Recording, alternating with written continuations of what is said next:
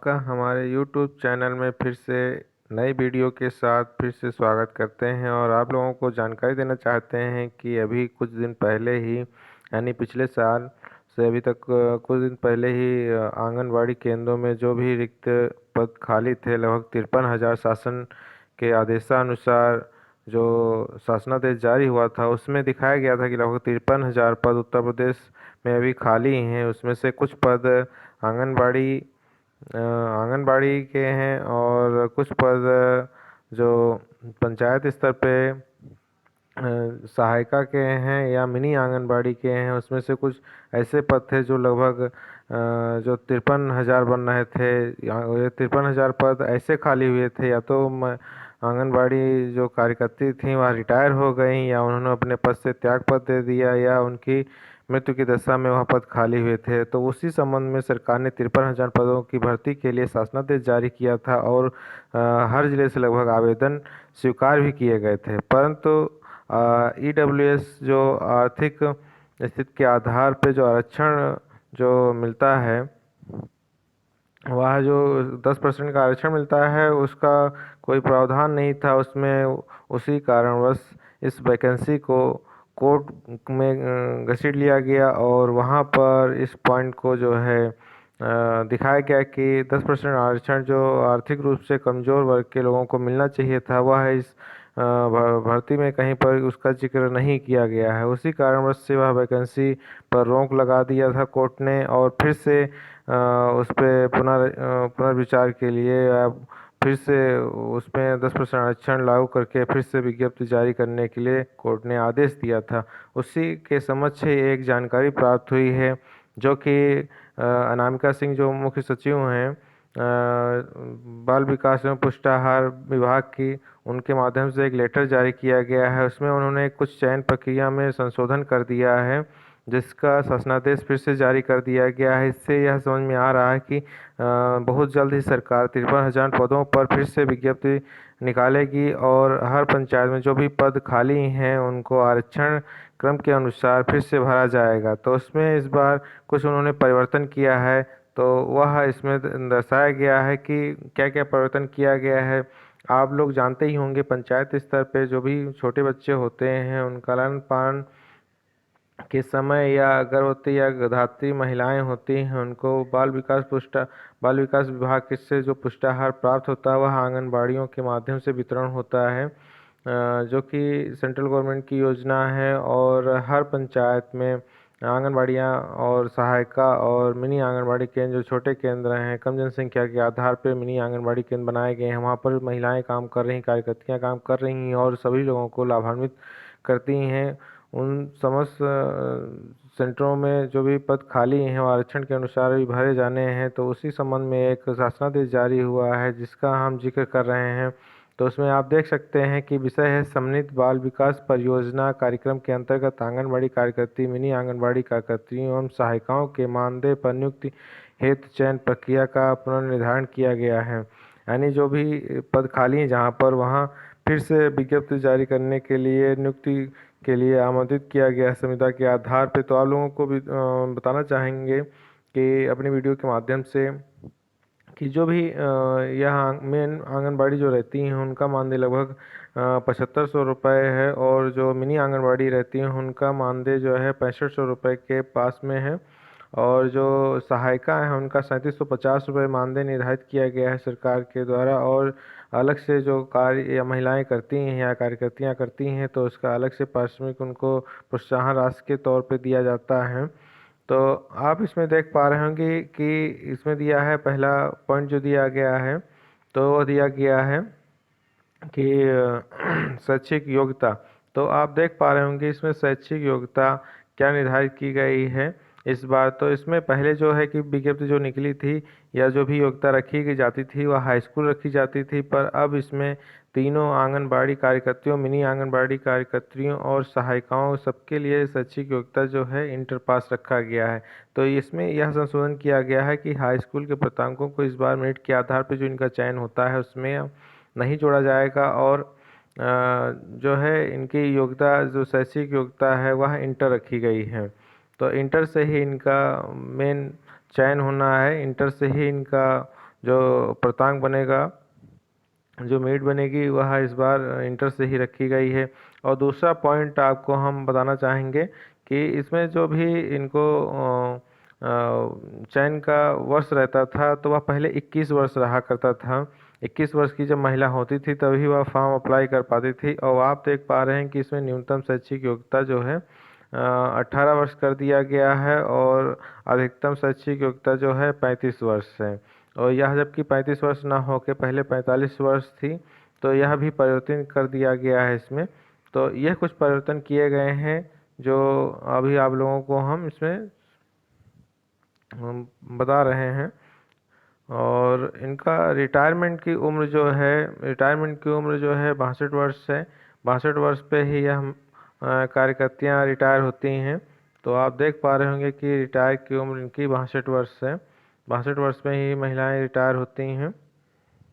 और इसमें यह भी दर्शाया गया है कि प्रत्येक कैलेंडर वर्ष में सेवानिवृत्ति के समय जैसे इसमें दिखाया गया है कि जैसे 2 मई से 2 मई को इनका रिटायरमेंट हो रहा है, यानी सत्र इनका 30 अप्रैल के बाद ये महिलाएं कार्य कर रही। तो उदाहरण के तौर पर दिखाया गया है जिसे महिला 2024 में रिटायरमेंट 62 वर्ष पूर्ण हो रही हैं।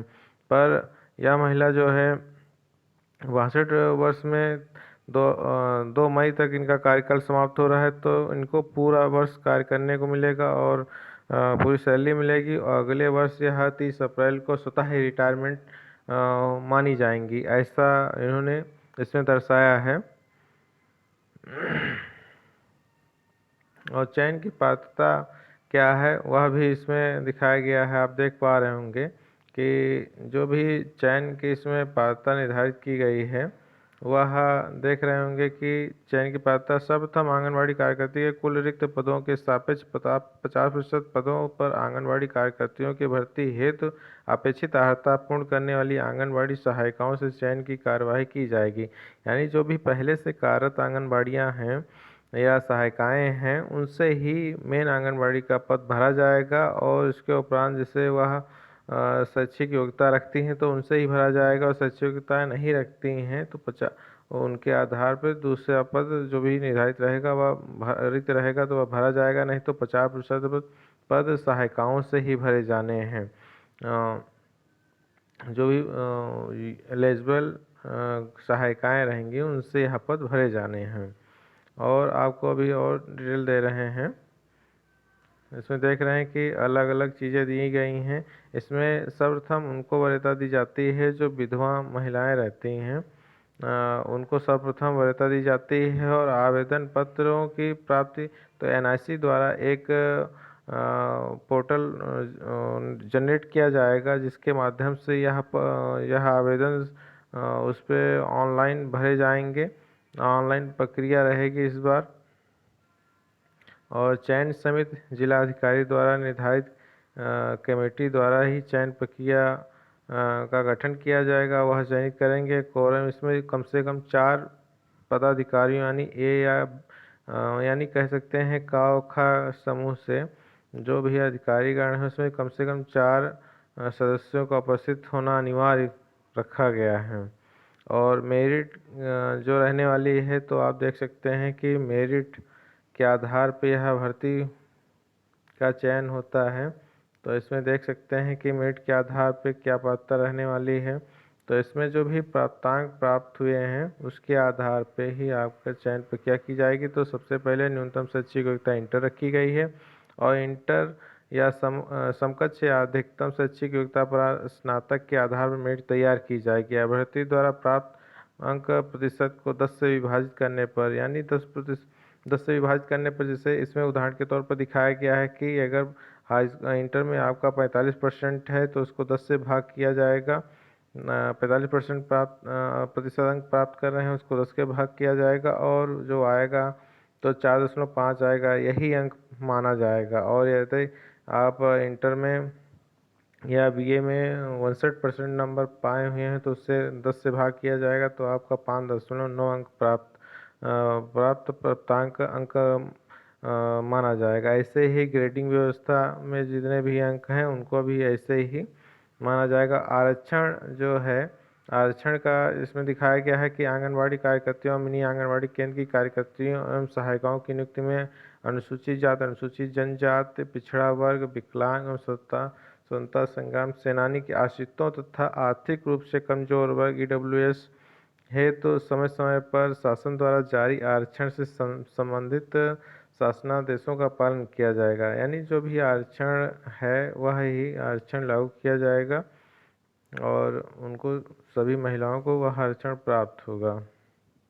पदों का निर्धारण दिया गया है। अभिलेखों का सत्यापन यानी जिनका चयन हो जाएगा तो जो भी कागज अपलोड किए होंगे उनका सत्यापन एक तरह से किया जाएगा। और नियुक्ति जिलाधिकारी द्वारा बनी कोर टीम के द्वारा किया जाएगा। जो भी महिला के ज़्यादा प्राप्तांक होंगे यानी प्रतिशत होगा उन महिलाओं का चयन किया जाएगा। तो इसमें आप देख पा रहे हैं कि अलग अलग शैक्षिक योग्यता और अलग अलग पद हैं। तो यह बहुत बड़ी वैकेंसी सामने निकल के आ रही जो भी हाल में ही चयन प्रक्रिया के लिए सामने आ सकती है। तो ऐसे आप देख सकते हैं कि इसमें मुख्य चीज़ें यह हैं कि जैसे पंचायत में जो भी महिलाएं विधवा हैं और शैक्षिक योग्यता उनके पास में है और गरीबी रेखा से नीचे जीवन यापन करती हैं तो उन महिलाओं को प्राथमिकता दी जाएगी, इन्हें वरीयता दी जाएगी। और महिलाएं विधवा नहीं हैं या तलाकशुदा महिलाएं नहीं हैं और उनके स्थान जैसे महिलाएं पद के लिए एलिजिबल नहीं हैं तो उनके स्थान पर जो गरीबी रेखा से नीचे जीवन यापन महिलाएं कर रही हैं तो वह भी आवेदन कर सकती हैं। और यदि ये भी महिला उस पंचायत में जो भी है योग्यता मांगी गई है उस अनुसार पात्र महिलाएं प्राप्त नहीं हो रही हैं तो ग्राम पंचायत में प्राप्त नहीं हो पा रही हैं तो न्याय पंचायत से उन महिलाओं का चयन किया जाना है जो कि एडीओ या सीडीपीओ के माध्यम से यह प्रक्रियाएं सब कुछ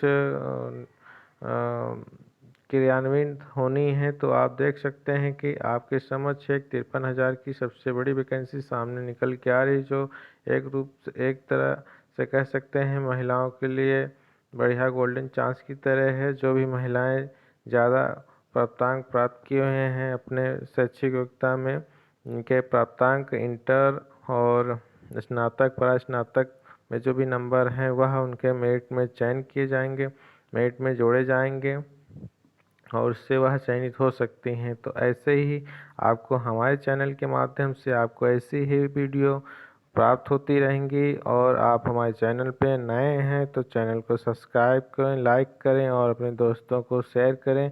और आपसे मिलते हैं एक नए वीडियो में नई जानकारी के साथ। तब तक के लिए जय हिंद।